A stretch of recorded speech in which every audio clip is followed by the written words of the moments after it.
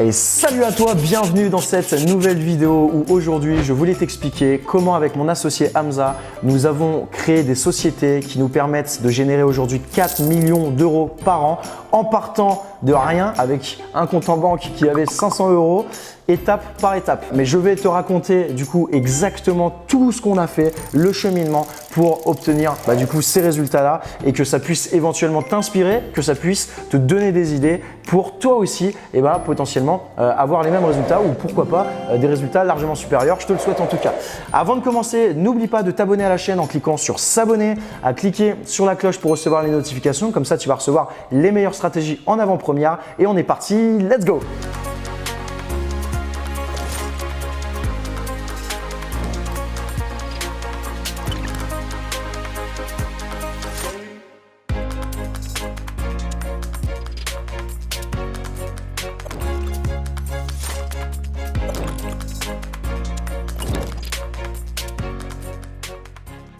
Donc comment nous avons créé un écosystème de sociétés qui génère aujourd'hui près de 4 millions d'euros par an en partant de rien avec 500 balles sur notre compte, étape par étape en à peu près 3 ans et demi, 4 ans. Donc je vais vous expliquer tout simplement en 10 étapes comment on a fait pour arriver à ce résultat-là. Donc c'était il y a approximativement 3 ans et demi, 4 ans. Donc on voulait vraiment lancer des business avec Hamza. On avait fait des petits business de dropshipping à l'époque en vendant des drones avec notre site internet, etc. On a fait ça à peu près 1 ou 2 mois, ça nous a saoulé parce que le business model était compliqué, on n'aimait pas trop ça. La communication avec la Chine, c'était un enfer. Les retours clients, c'était catastrophique.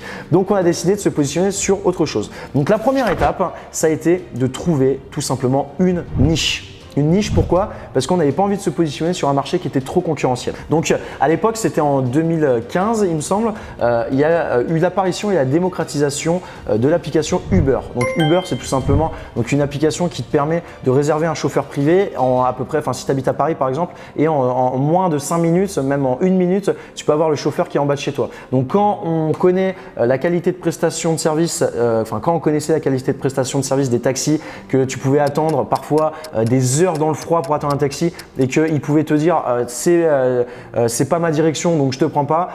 Quand Uber est arrivé, on va dire qu'ils ont vraiment littéralement révolutionné un petit peu ce qu'on appelle l'ubérisation. Ils ont vraiment révolutionné le mode de transport des gens. Donc et même la mobilité urbaine en général. Donc on a décidé de se positionner sur ce secteur d'activité-là parce qu'on a vraiment vu le potentiel et tout simplement parce qu'un jour Hamza est monté dans un VTC et puis lui, le truc qu'il bloquait pour lancer une boîte, c'était de trouver des clients. Il avait vraiment une crainte à ce niveau-là, une peur de ne pas trouver de clients.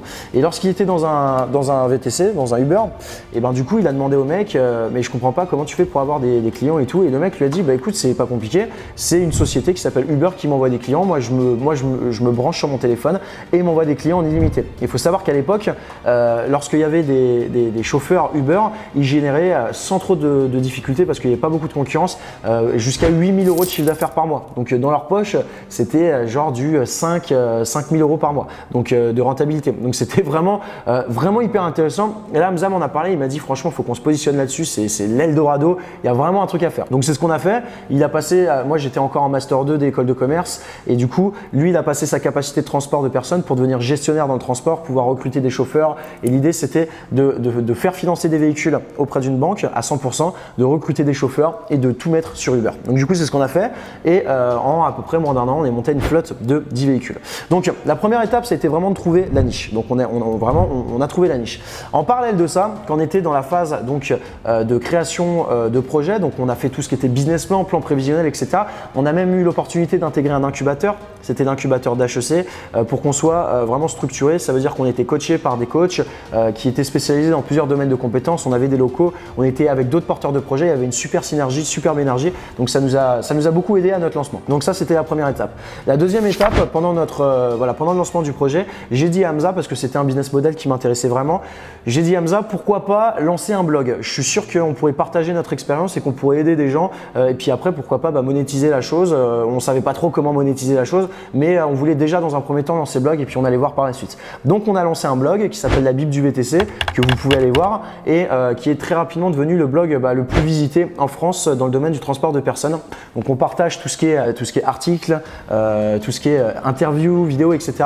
Et ça permet tout simplement de répondre éventuellement aux problématiques qu'ont les différents acteurs au lancement, parce qu'il faut savoir que les VTC ont beaucoup de difficultés au lancement, ils se posent beaucoup de questions, ils font beaucoup d'erreurs, et surtout pour qu'ils puissent développer leur activité. Donc c'était vraiment l'objectif de ce blog là. Donc ça c'était deuxième étape, lancer le blog. La troisième étape, donc on s'est dit à un moment il faudrait peut-être qu'on essaie de monétiser ça. Donc via notre blog, on avait déjà mis des petits appels à l'action pour récupérer des emails, et on avait je crois 400 ou 500 emails, un truc comme ça au début, et on s'est dit pourquoi pas en fait proposer le plan d'action qu'on était en train de faire. Donc nous on avait un plan d'action pour arriver de 1 à 10 véhicules, tout financé par la banque, etc. Autofinancement, et on voulait proposer en fait notre plan d'action lors de formations physiques à des personnes qui seraient potentiellement intéressées. Donc dans notre incubateur, on avait des salles de réunion et en fait on a fait des formations physiques. Je me rappelle, on avait lancé le blog, c'était en juin, un truc comme ça, et au mois d'août, on a lancé nos premières formations physiques avec Hamza. Donc du coup, il y avait des grandes salles de réunion et puis on prenait des personnes en formation physique et on leur proposait le plan d'action. Donc ça nous a permis dans un premier temps de tester notre première offre, donc offre de formation. On vendait ça, c'était pour 2h30, je crois qu'on vendait ça 390 € au début. Et donc au début on prenait une personne, après on prenait 2 personnes, après 5 personnes, 10 personnes, on est monté jusqu'à 20 personnes. Donc c'était assez drôle parce que bon, c'était les débuts, on faisait un peu n'importe quoi. Mais voilà, ça a permis de tester l'offre et on s'est rendu compte très rapidement, parce qu'on communiquait beaucoup du coup avec notre audience, et on a vu que l'offre, enfin la prestation de service, le coaching qu'on proposait, ça répondait à un vrai besoin, un vrai besoin. Donc là on s'est dit ouais, il y a quelque chose à faire. La quatrième étape, ça a été donc la validation de l'offre, ça a été faite, et là on s'est dit maintenant on va peut-être pas échanger notre temps contre de l'argent de manière, parce qu'on faisait ça une fois par semaine et malgré tout ça prend quand même de l'énergie. C'était très rentable mais ça prend quand même de l'énergie, mais il y avait quand même certaines limites. Si la personne n'était pas disponible, elle pouvait pas venir. Si elle n'était pas forcément à Paris, elle pouvait pas venir. Donc on s'est dit on va proposer en fait la même chose mais cette fois-ci en formation en ligne. Donc on a repris toute la formation qu'on proposait. Donc c'est une formation à la base qui durait 2h30, 3h. On est vraiment rentré dans le détail cette fois-ci parce qu'on n'allait pas faire des formations de 10 heures tous les vendredis après-midi, c'était pas possible. Mais là du coup pour la formation en ligne, on s'est dit on va vraiment faire un truc beaucoup plus complet, et là on a transformé cette formation de 2h30 en une formation de je crois un peu plus de 10 heures, donc un truc vraiment qualitatif. Et là du coup on a commencé à vendre nos formations en ligne, donc je crois c'était à 490 €, un truc comme ça, et ça a bien marché tout de suite. Donc on a commencé à faire des ventes avec ça, donc c'était vraiment intéressant. Donc ça c'était la quatrième étape. La cinquième étape, et ça c'est quelque chose que je répète assez souvent dans mes vidéos, c'est vraiment être à l'écoute de son audience, leur poser un maximum de questions, leur envoyer des questionnaires, leur envoyer des sondages, leur envoyer des formulaires pour que on puisse leur poser les questions de quels sont leurs besoins, quels sont leurs obstacles, quelles sont leurs difficultés, comment on pourrait les aider. Ça permet en fait tout simplement de travailler, d'améliorer et d'optimiser son offre afin de créer l'offre la plus irrésistible possible soit-elle. Donc du coup, on était à l'écoute de notre audience, et ça c'était à l'époque des formations physiques et en ligne, et il y a beaucoup de personnes du coup qui nous demandaient à l'époque si on n'avait pas un cabinet comptable partenaire. Donc on leur disait que oui, on avait un cabinet comptable partenaire, sauf que le problème avec ça, c'est qu'on envoyait tellement de clients chez ce partenaire-là qu'il n'a pas pu gérer, il a subi un goulot d'étranglement, et du coup, on avait des mauvais retours des clients. Donc là, ce qu'on s'est dit avec Hamza, tu sais quoi, c'est ce qu'on va faire.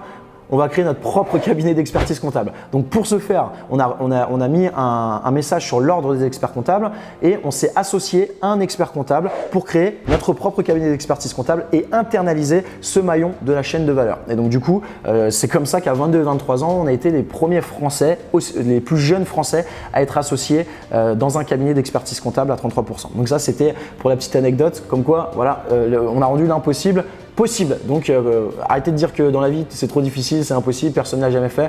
Nous, personne ne l'a jamais fait, pourtant on l'a fait, alors que tout le monde nous disait qu'on était des grands malades et que ça marcherait jamais. Aujourd'hui, notre cabinet, vous avez vu le titre de la vidéo, le cabinet se porte très bien et génère plusieurs millions d'euros de chiffre d'affaires, et autant vous dire qu'on est très largement leader sur le secteur d'activité.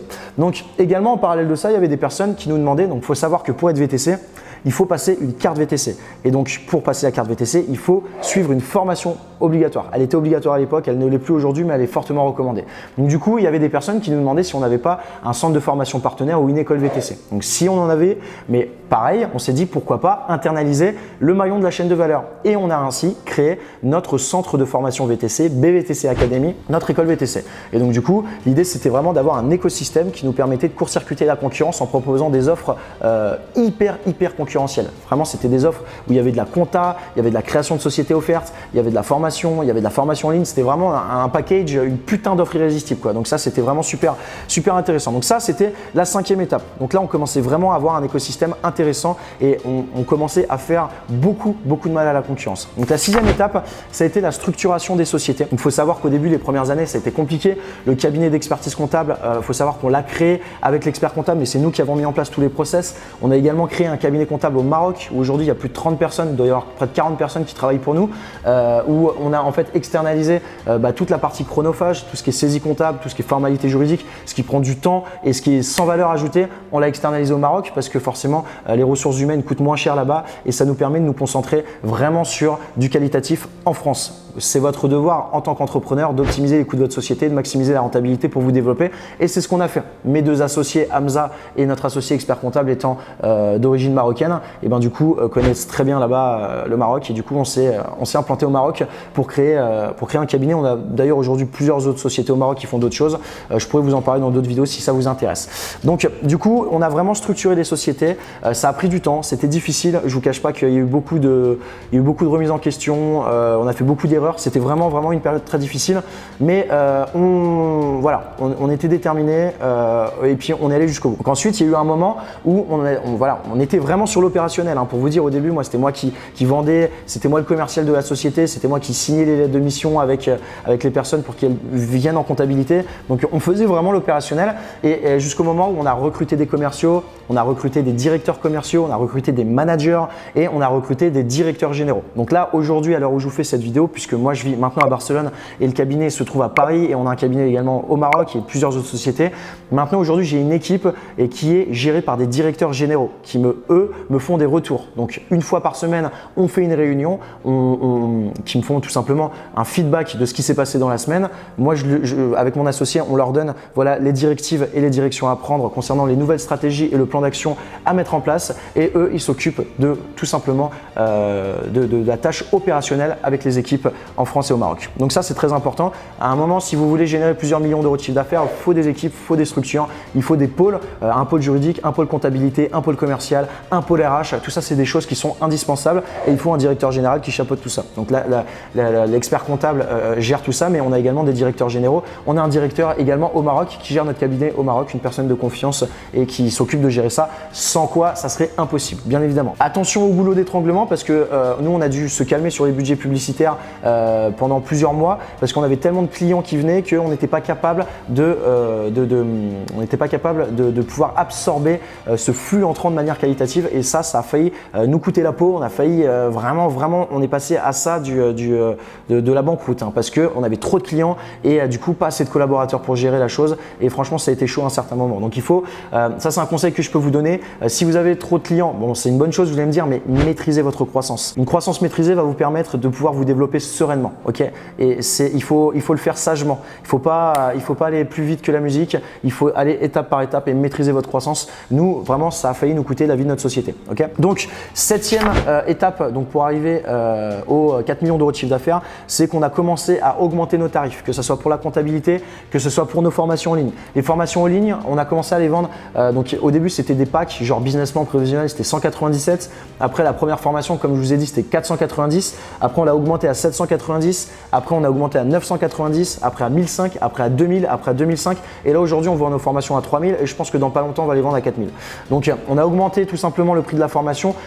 Mais surtout, on a augmenté du coup la valeur et la valeur perçue. Quand je vous dis qu'on est passé de 490 à 3000, bien évidemment, la formation n'est pas la même. Quand je vous disais qu'elle faisait 10 heures, aujourd'hui, la formation, elle fait plus de 60 heures. Il y a de la création de sociétés offertes. Il y a des mois de comptabilité offerts. Il y a du coaching. Il y a du suivi. Il y a de l'accompagnement. Il y a des immersions physiques. Il y a des séminaires. Il y a vraiment, il y a des conférences. Il y a 64 coachings groupés par an ou par webconférence. Enfin, vraiment, voilà. C'est vraiment, ça a été amélioré et le prix est très largement justifié. On leur met à disposition nos partenaires bancaires pour qu'ils aient le financement. On leur met à disposition des listes de chauffeurs pour qu'ils puissent les recruter. On leur met à disposition un nombre de bonus. Vous pouvez même pas imaginer. L'offre, elle n'est pas irrésistible. En gros, en fait, on vend beaucoup parce que, pour une raison très simple, parce que en fait, la personne, si elle veut se lancer dans le VTC et qu'elle voit cette offre, c'est très clairement le meilleur moyen pour elle d'aller le plus rapidement vers l'indépendance financière pour atteindre ses objectifs. Avec cette formation, ça va lui permettre d'économiser du temps et de l'argent et on peut facilement le prouver tout simplement parce qu'on partage, et c'est même plus nous qui le faisons aujourd'hui, c'est nos clients qui partagent leurs propres résultats. Et du coup, c'est la meilleure des preuves sociales entre guillemets pour vendre en fait à nos clients. Les gens, il faut bien comprendre une chose, les gens ils achètent des résultats. Et quand c'est vos clients qui partagent leurs résultats, autant vous dire que vous êtes sur la bonne voie. Donc, 8e étape pour atteindre ce niveau-là. Et ça, je pense que c'est une étape extrêmement importante parce que jusqu'ici, on était encore un petit peu dans notre bulle, on était dans notre sphère, on restait entre nous. Hamza et moi, on est dans un cercle social qui n'est pas forcément d'entrepreneurs. Et du coup, le moment est venu où on s'est dit, ça serait peut-être intéressant de pouvoir échanger et partager avec des personnes qui ont tout simplement la même vision et qui sont dans le business et qu'on puisse parler le même langage, ça nous démangeait un petit peu. Donc là, du coup, ce qu'on a fait, c'est qu'on s'est beaucoup formé, on s'est beaucoup formé sur nos domaines de compétences à chacun. On a rencontré également énormément d'entrepreneurs. Donc, on est allé à des séminaires, on a fait beaucoup de voyages, on a intégré un mastermind. Donc, un mastermind, qu'est-ce que c'est? C'est un regroupement d'entrepreneurs tout simplement qui génèrent un certain chiffre d'affaires et qui a objectif de générer un plus gros chiffre d'affaires. On se regroupe 4 fois dans l'année pendant 3 jours en immersion totale et on partage ensemble sur nos différents objectifs, sur nos différentes problématiques et on fait ce qu'on appelle, et c'est très puissant, des hot seats. Ça veut dire que pendant 1 heure, il y a, en l'occurrence nous on est 18 dans ce mastermind là et pendant 1 heure, il y a les 18 cerveaux qui vont travailler sur vos problématiques et ça 4 fois dans l'année. Donc imaginez 18 cerveaux qui sont d'entrepreneurs brillants, vraiment qui vous donnent des conseils. C'est tout simplement en termes de valeur énorme. C'est juste, nous ça nous a permis quasiment de doubler notre chiffre d'affaires et je vous parle même pas de l'épanouissement personnel et du mindset qui est juste mais qui est explosif après ce type d'expérience là. Donc ça c'est vraiment quelque chose que je vous invite à faire. Sortez de votre zone de confort, essayez d'aller rencontrer des entrepreneurs, que ce soit pour du networking, que ce soit pour des masterminds, que ce soit lors de séminaires. Si vous faites ça, je peux vous assurer une chose, aujourd'hui je pense que c'est vraiment un des critères, si ce n'est peut-être même le critère qui va vous permettre d'évoluer le plus rapidement possible. Vous allez être tellement inspiré par les personnes que vous allez rencontrer, ça va vous ouvrir de nouvelles opportunités, je vais en parler juste après, de nouvelles opportunités incroyables et si vous restez chez vous dans votre bulle, vous allez peut-être avancer mais vous avancerez beaucoup moins vite et beaucoup moins loin, je peux vous l'assurer. 9e étape, ça a été tout simplement la mise en application de nouvelles compétences qu'on apprenait lors de formations, lors de mastermind, lors d'immersion, lors de séminaires sur nos sociétés. Donc du coup, ça permettait vraiment de scaler. À chaque fois qu'on allait à des séminaires, à des immersions, à chaque fois qu'on a nos sessions de mastermind, on partage avec les autres membres et on se dit putain, cette stratégie c'est vraiment un truc de malade, il faut vraiment qu'on l'implémente dans cette société ou sur cette stratégie et ça nous permet forcément d'être au courant au jour le jour des nouvelles stratégies, des meilleures stratégies qui fonctionnent le mieux avant que tout le monde les utilise et que ça commence à moins bien marcher. Donc ça c'est vraiment intéressant et je vous invite vraiment aussi à le faire.